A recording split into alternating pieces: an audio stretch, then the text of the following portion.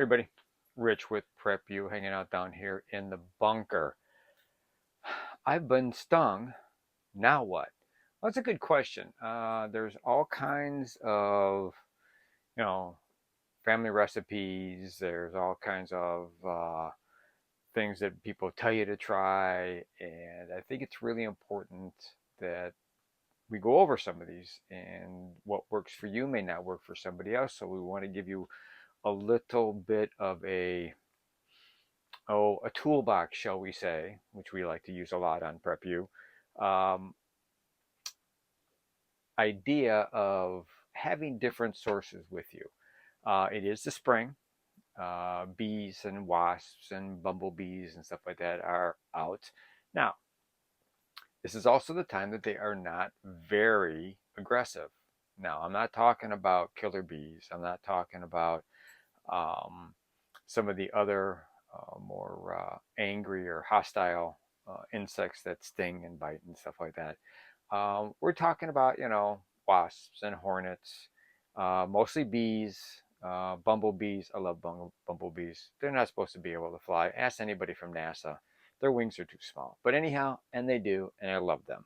We have a lot of them around here. But I wanted to bring this video up because just the other day, and this is how this video got started, was I went to my mailbox, and we have a small mailbox, so the postal worker always, whenever there's magazines and stuff like that, folds them in half, puts the mail in the middle so it looks like a taco, and puts it in our mailbox. Well, I'm not paying any attention. I'm looking around and everything. And I reach into my mailbox and I grab it and I fold that together.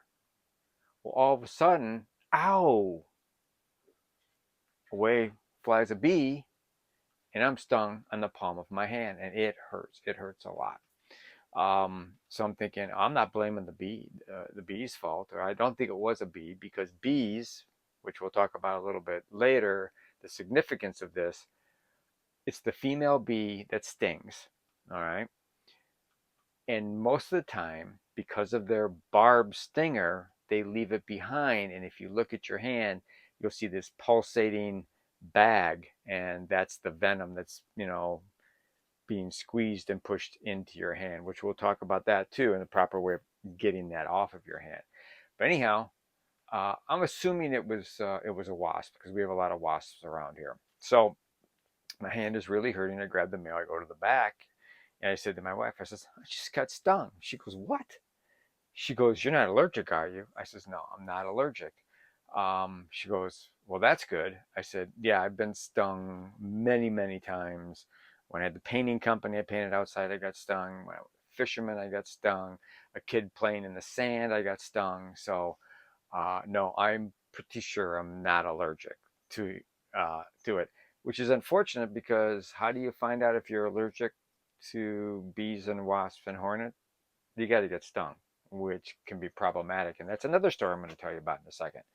It happened on the fire department. But anyhow, so I go in the back and I said, yeah, I just heard somebody talking about it on the news, and they said ice.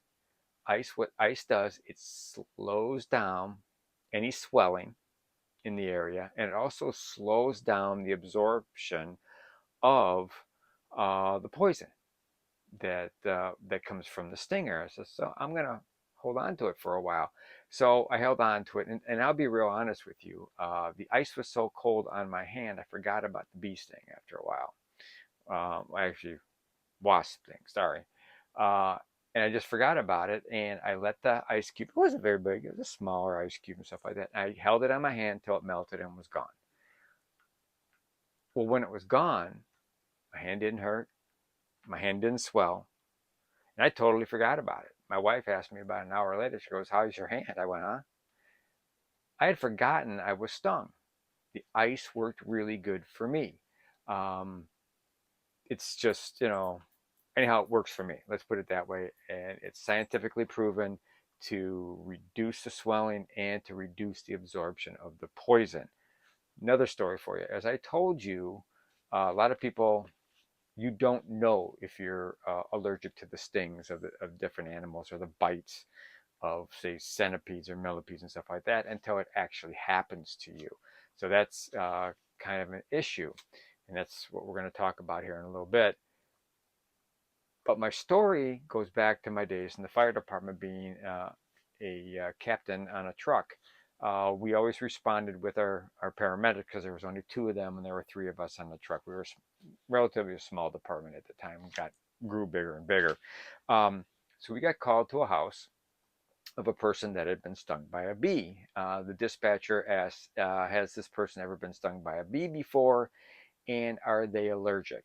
And the woman on the phone says, "Yes, he has been stung before, and yes, he does have an allergic reaction. Has he been issued an EpiPen?"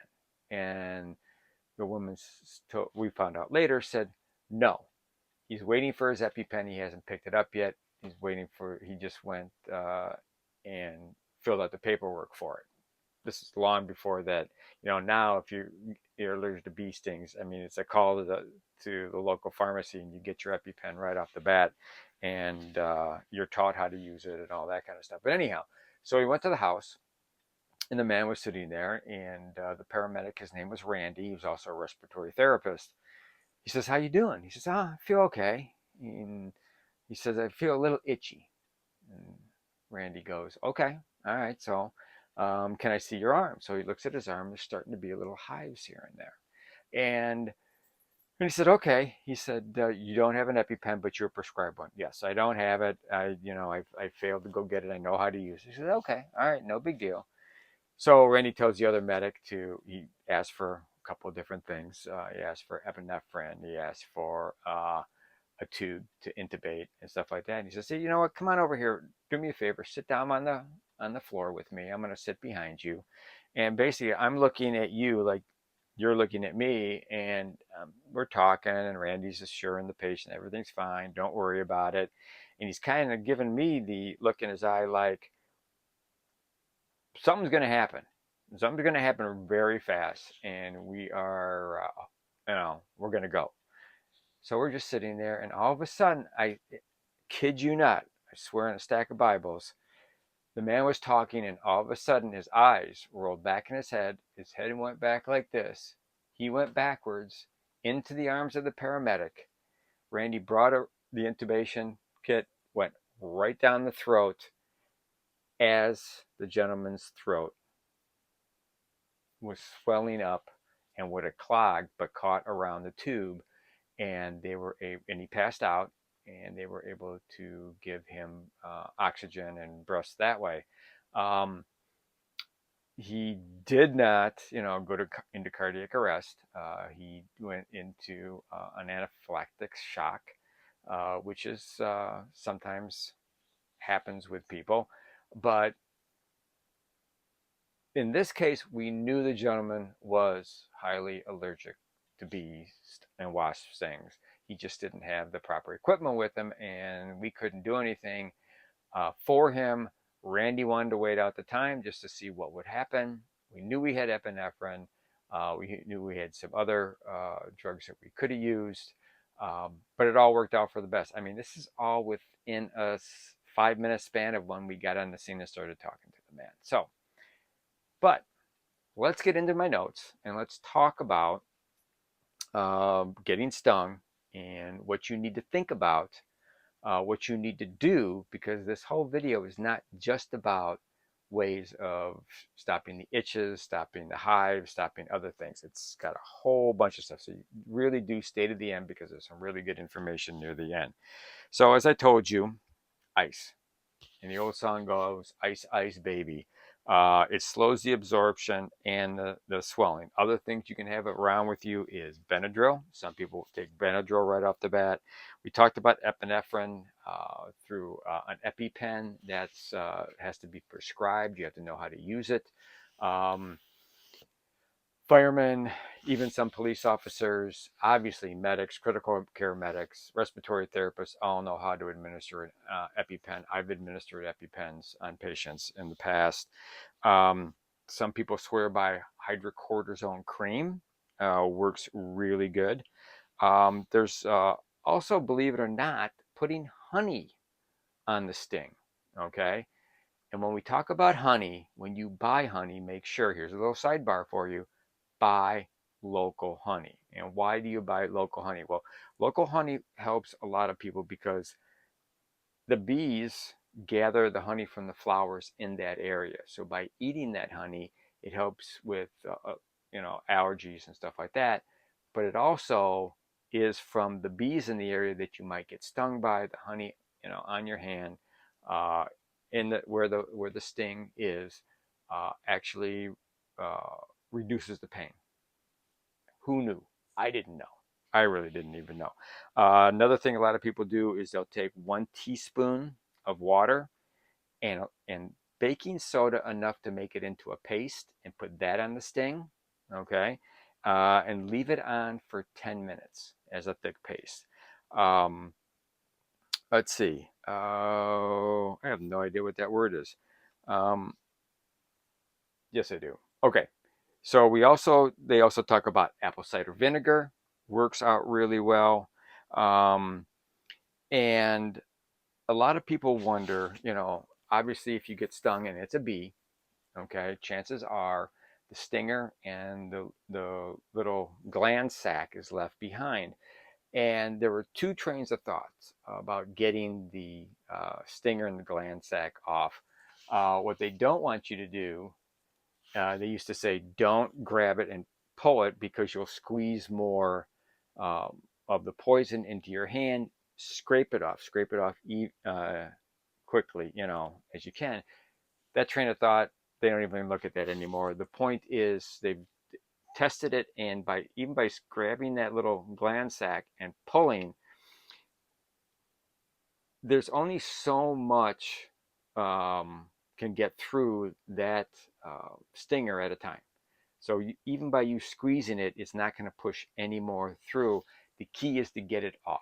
Okay, you want to get it off, and the next thing you want to do is soap and water as fast as possible. Wash the site, get everything else off of it. Then you can, do your honey, or you can do your ice, or you can do whatever. Like I said, when I got stung, I wiped my hand off real quick with a little bit of water on a towel. Didn't have any soap, and then I used ice, and it was amazing. Um, a couple things that we need to talk about when we talk about stings is reaction. Okay, I always thought that it would be an immediate reaction. It would be an immediate allergic reaction. There would be right off the bat. There could be itching and burning. There's hives, shortness of breath, difficulty breathing, difficulty swallowing, scratchy throat, dizziness, and weakness would happen right away. Well, that's not true. Any of this stuff can happen up to 2 hours after the sting. So, moms and dads, grandma and grandpas, watch your children. Pay attention what's going on. Also check for multiple stings because experts say if you are stung multiple times, are a child, or experience breathing problems, seek medical attention right off the bat. Well, that makes perfect sense because a lot of times most people only get stung maybe once, maybe twice. Um, but multiple times over that, uh, you don't know how your body is going to handle the poison, where you were stung and how much was injected into. Can you get all the stingers out? Is it still pumping stuff in? Uh, Call EMS right off the bat. Children, obviously, and even adults, if you've never been stung before, you want to get medical attention. It is much better to call EMS to come out, to check you out, and have them go home after a little bit, or they'll tell you to go to an emergent care facility or a hospital. It's much better to go there. Sure, it's costly, but be sure that your child isn't allergic and dies in your arms because it has happened. And obviously, if you're experiencing breathing problems, don't drive yourself to the hospital. Call an ambulance. Have them come out right away. Okay, that's really, really, really important. So let me. Stings can cause severe reactions. Let me read that list again, and this is some of the uh, what to look for. If you have itching or burning at the site or extended beyond the site. Hives are a good situation, like the story I told you about the gentleman that got stung in his yard, and he said he was starting to get itchy, and Randy knew it was hives right off the bat. Shortness of breath, difficulty breathing, difficulty swallowing. Scratchy throat. Scratchy throat is an indication that you are starting to get swelling in the throat area, and it could be closing up on you. Very dangerous. Um, Dizziness and weakness. Something to think about if you're home alone and these things start happening and you call 911. The best thing to do is meet the ambulance out on your porch, on your steps, out in front. Because if it does go south real quick, you are outside. They're not ringing a doorbell trying to get in the house, wondering where you are. You're in the backyard, or you're in your car. Where are you? You're right out there. EMS can find you. Fire department, police can find you right off the bat, which is really important. Now, here's something else that I really didn't know. All right. Another key point to do is when you are stung, all right, leave the area right away, especially with bees, okay? A bee will leave a scent behind when the poison sac and the stinger is ripped out of them. They'll leave a scent behind that the other bees from that hive can sense and smell and come to that bee's rescue. You don't want to be anywhere near that area, all right, when that happens, because there'll be multiple bees protecting their hive and everybody else in their colony, and they may attack you even more. Okay. Um,